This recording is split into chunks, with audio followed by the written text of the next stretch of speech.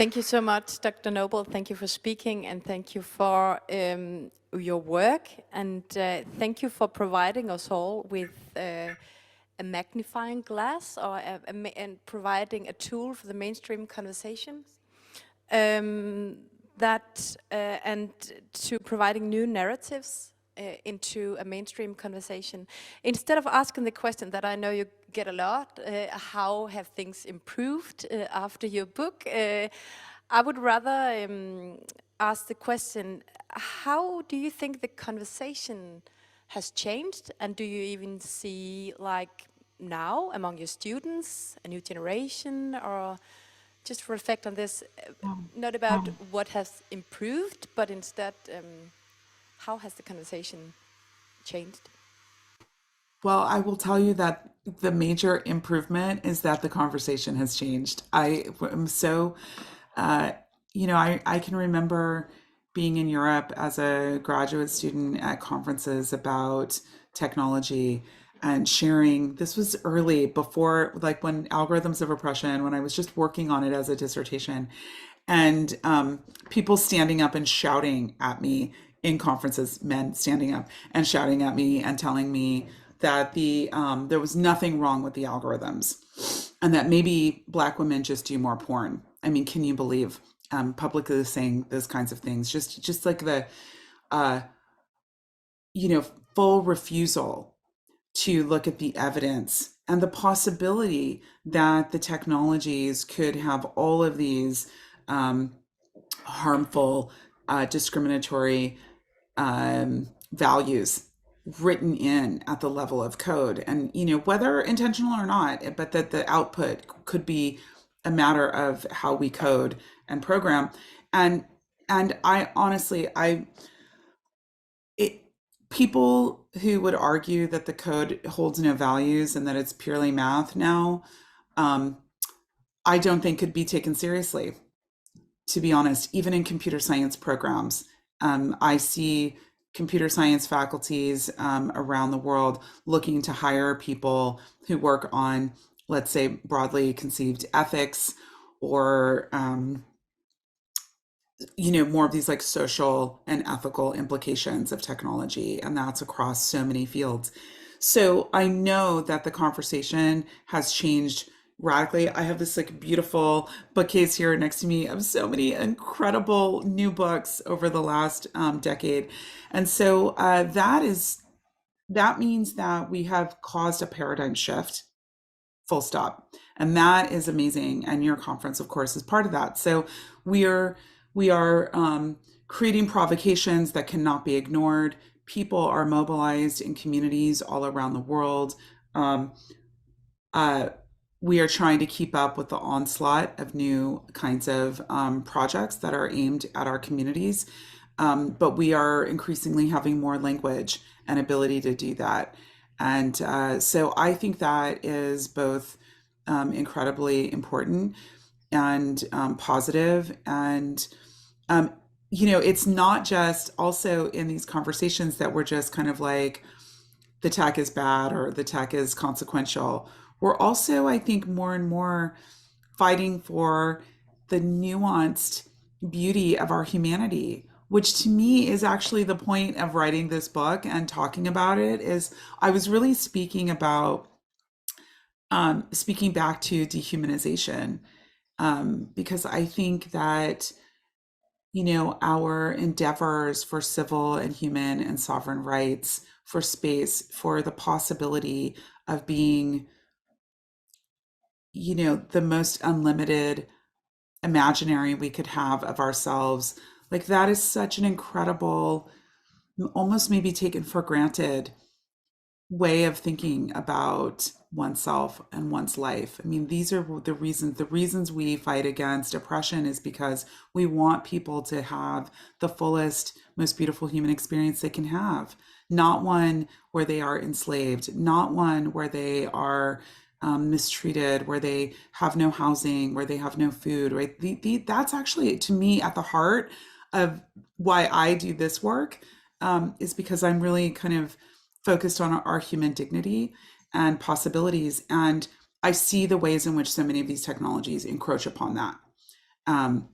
And so that to me, again, is like people are, connecting these dots, whether it's like environmental justice and, data justice. I mean, people are connecting these dots, and I think that's incredible. It definitely is. It gives a lot of hope. It gives a lot of hope that it's not, it's more of fighting this escapism and also to have a solidarity approach, and in that sense fighting these very individualistic individualistic technologies and systems and business models. However, it is still two countries that kind of own AI or own algorithms or own the industry of AI or invest the most money into AI, and that is the US and China. And also regarding research, industry is just raising academia. So there still is this paradigm of capitalistic structures, and you talked about building other search engines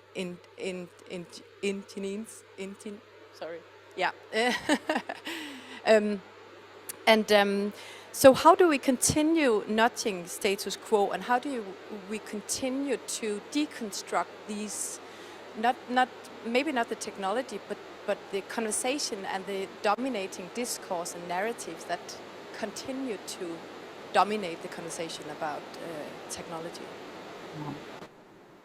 That is such a good question. And, there's no doubt that in the US, we have Eric Schmidt, the chairman of Alphabet, who has the ear of the White House and articulates that the United States is in an AI arms race with China, and the revolving door of tech people between kind of Congress, the White House, regulatory agencies, and the industry is, demonstrative of the outsized influence that the industry has on governments around the world, including the US for sure. And I think that is, deflating for a lot of us, because articulating this in terms of an AI arms race is, it's a fear tactic that's used to accelerate investment by the US government in particular into the industry. And of course, we know that, the history of the internet is about state investments around the world, right? And offloading the riskiest dimensions of R&D onto public taxpayer dollars. So we know that that is part of the landscape within which your question is asked. And, I've heard, I've been in meetings where we've been talking, if AI arms race is the language that is being used by the people who are the provocateurs who want to accelerate that, then we should also think about the ways in which we have pushed back on arms races in the past, right? So we have bans on nuclear proliferation, for example. I'm trying to turn like a focus on my computer here. Here we go. Well, it's too early to be calling me anyway. So I think, we could think about AI proliferation, and we could talk about it in the ways that we talk about nuclear proliferation, for example, if we're going to be in arms races in those discourses. I think we have to draw down from both the metaphors that are invoked, and we have to, it has been nations outside of the United States and China who have also put tremendous pressure on things like curbing nuclear proliferation. And I think we should talk in terms of AI as being as dangerous as things like nuclear weapons. Probably will be more dangerous because of the taken for granted nature of its safety, and the fact that you can't have a nuclear reactor at your house but you could have an AI generator like at your house. So, like, the kind of distributed nature of these technologies, unlike the consolidated nature of other types of harmful projects in the world, means we have a lot to talk about. I will say it feels daunting. One thing that when I've talked to Chinese computer scientists, some of them say they're also in a different project. And I think we need to nuance what we're talking about when we're talking about AI, right? The orientation and the applications of AI. I've met and spoken with Chinese programmers who are Taoists, and they program from that vantage point, and they have a lot to say about the racist ways in which we think about statistical modeling, for example, in the West. So, the flattening, even the lack of nuance in the way we talk about different types of AI and different types of orientation. I mean, I know everyone is like really concerned about things like social credit scoring systems and those kinds of things that we hear about. And of course, like profiling systems that are used in China. But those are like, those emanate from the UK, those emanate from the United States. I mean, the birthplace of those kinds of things are also in our own countries. So, again, let's not use like xenophobia as a way to justify, our own hot takes on how we uh, foment some of these technologies. We need careful inquiry, and we need to use evidence-based research to push regulators hard. We need international cooperation around the way in which we regulate these technologies.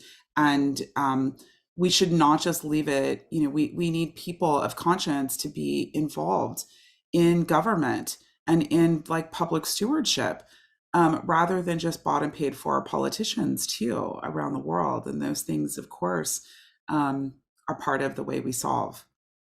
Very much. I think I will open up for questions. Yeah, we heard earlier today that we are now finding ourselves at a new hierarchy where these AIs are at the very top now of the almost next to the divine.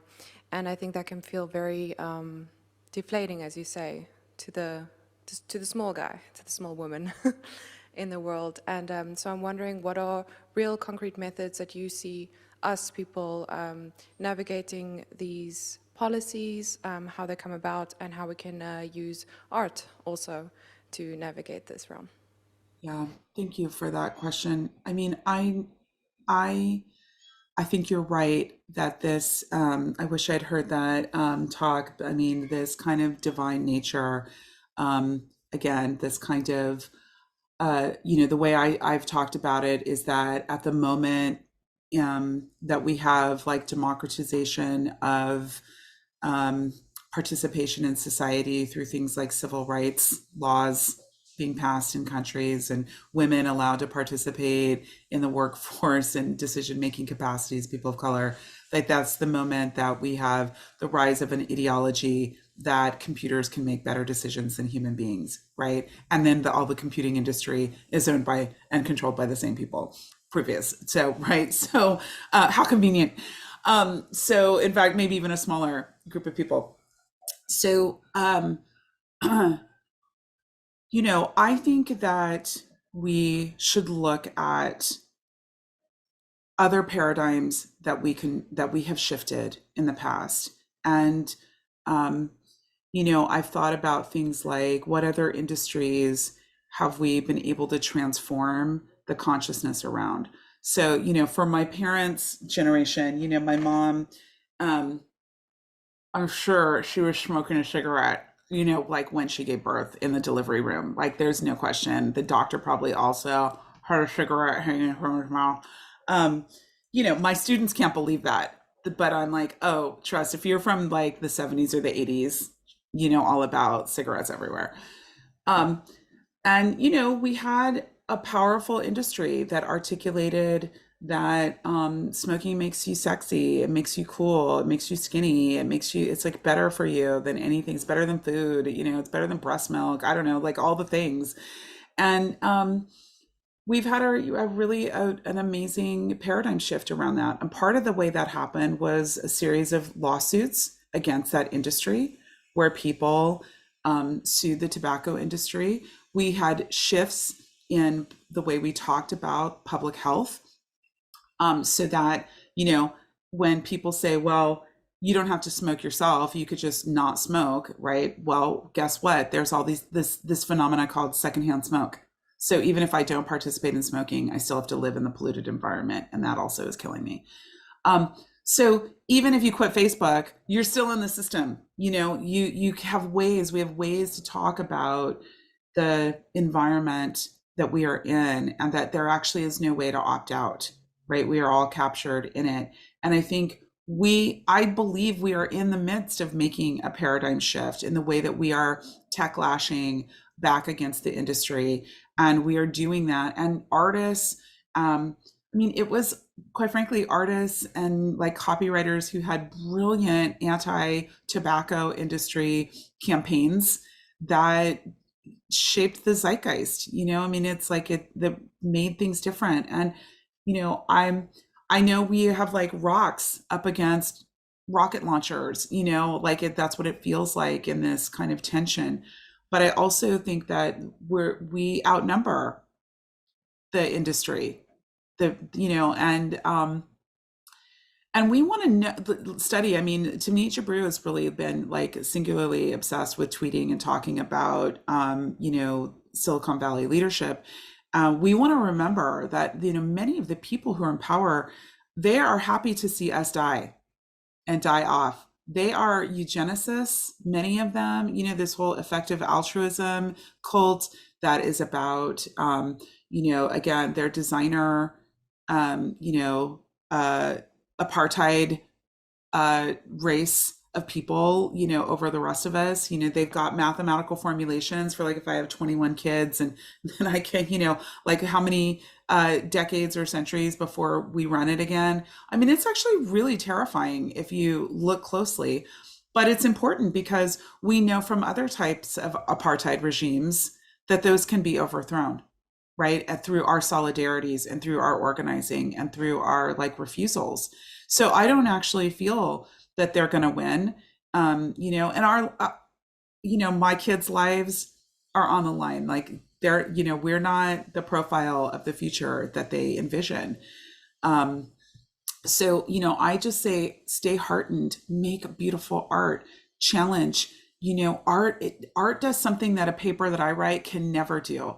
And that is, it can basically blow your mind. It can really just, take you places you had not thought about before.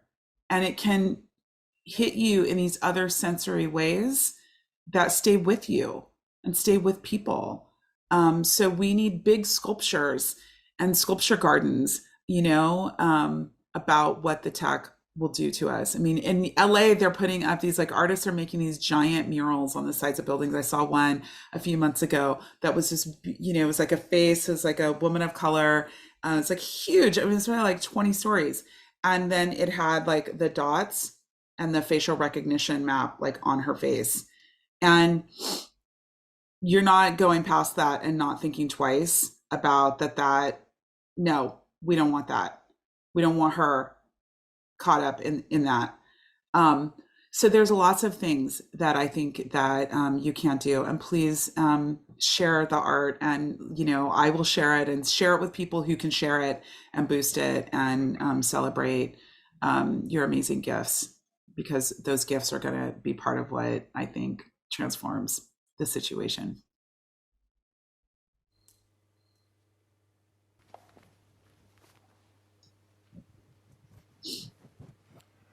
So my question is along the same vein, but it's more about organizing. So if you look back on the history of labor struggles, the labor movement, sort of, to put it sort of like very, spaces that they were oppressed in, the factory floor, for example, to organize themselves and make demands and achieve rights and so on. The spaces that we kind of have to organize the resistance towards algorithmic oppression are the spaces of Facebook, Google, and so on and so forth. Do you think this same logic applies to this moment in history? Yeah, there's no doubt that tech workers themselves are pushing back and refusing. I mean, the Microsoft workers who, Microsoft, Facebook, and Google, right? Workers who have refused everything from like working on drone technology or Department of Defense technologies. There are clandestine organizing groups around some of these companies too, who are not public, but who are also leaking information to the media and to other kinds of organizations. And, if we study, of course, these labor movements and sites of resistance for workers who are actually on the front lines. And of course, this is one of the reasons why tying the work that happens in content moderation centers around the world, or Kenyan workers who are doing data cleaning for generative AI, or coltan miners, or e-waste workers, making visible that that work is actually in solidarity together, right? I mean, one of the ways that the tech industry is brilliantly separated workers has been to contain them, like in the case of its work around microprocessor chips and hardware. It outsources through multiple kind of third parties, right, and puts its layer. It's just pulled the I mean this is like a page right out of the playbook of textiles and the fashion industry and like clothing manufacturers, right? They like outsource, like, then they're not responsible when the fire in Bangladesh takes out the textile workers. So they do those same kinds of projects in the tech industry, and we have to keep reminding and doing the connecting work. And I think that's really important, because there are a lot of solidarities. I mean, what people valorize and really know about when they think about tech workers is software engineers. I mean, that's all they ever think of. And of course, that's like a sliver of the tech industry labor force. So I think we have a lot of possibilities. And we've got to organize and connect those dots. I think we also can take a page out of civil rights movements and civil rights organizing, and remember that, well, first of all, my mom always told me that, everybody said they marched with Dr. King, but of course it was only 10% of the people. So we need to find our 10% of the people, and we need to mobilize, and do our work, and remember that it was somebody made sandwiches and somebody let somebody sleep on their couch. And like, there's lots of different ways that we can be involved in these movements for change. Thanks for the question. Thank you so much. I have two questions, and it's up to you to decide which one you want to answer. Being a fan myself, when can we expect your next book? Or you can recommend something you would like to share with us, a book recommendation or an art project? Oh my goodness. That is like such a good, there's so many good books on my shelf right now. Danielle Citron's got this new book, The Fight for Privacy, that's, good. There's just so many. I will tell you what I'm really working on right now. I'm going on sabbatical for the first time ever. I've never had a sabbatical, so I'm super pumped this summer. And I'm going to try to write a television show about this work. That's what I'm really trying to do. I mean, that's like the most LA thing, I swear, that I could say, and it's embarrassing. But I will say that I do live here. And so, I don't know, a play, a show, a something. I need to make art myself. I'm kind of uninspired about writing a book, just because there's so many brilliant people that are in the pipeline, graduate students and people new assistant professors, and who are writing amazing books. And I just feel like do it, I need a more creative outlet for talking about these things. So I'm going to try to make some type of art myself. I just put it that way. And hopefully it will have reach to different audiences than people who read books too. Wow, thank you so much. And I can't wait to see And thank you for your generosity and for sharing your knowledge in books and in your research and a television series, maybe. I'm looking very much forward to see. Good energy, Yeah. everybody. Yeah. But thank you for joining us here in Copenhagen. And yeah, I don't know if you can hear us now. Yeah, you can hear us. We can't hear you. That's why.